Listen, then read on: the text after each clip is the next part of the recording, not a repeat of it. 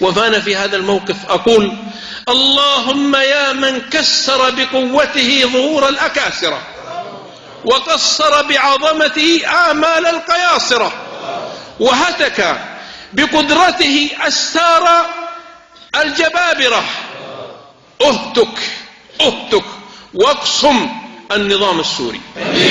اللهم اكسر، اللهم اهدم داره وحطم جداره، اللهم اكشف أمره واهدم قصره واهتك ستره.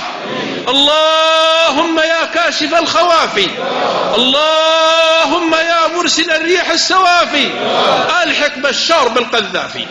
نسألك يا رحمن يا ديان يا منزل القرآن يا ناصر بن عدنان، انصر أهل الشام أهل القرآن على قائد عصابة الطغيان. اللهم دمره، اللهم مكن السيف من رأسه، اللهم اخلعه من لباسه، اللهم حطمه بأنفاسه، اللهم اقتلعه من ساسه يا أكرم الأكرمين. اللهم احص نظامه عددا واقتلهم بددا ولا تغادر منهم أحدا. اللهم يا رب يا رحمن يا قوي يا عزيز يا جبار يا قهار يا واحد يا أحد.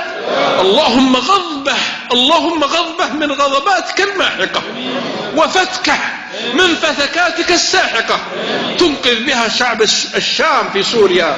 اللهم إنهم ظلموا واضطهدوا وقتلوا وذبحوا. اللهم فتح منك عاجل ونصر منك مقرب يا رب العالمين.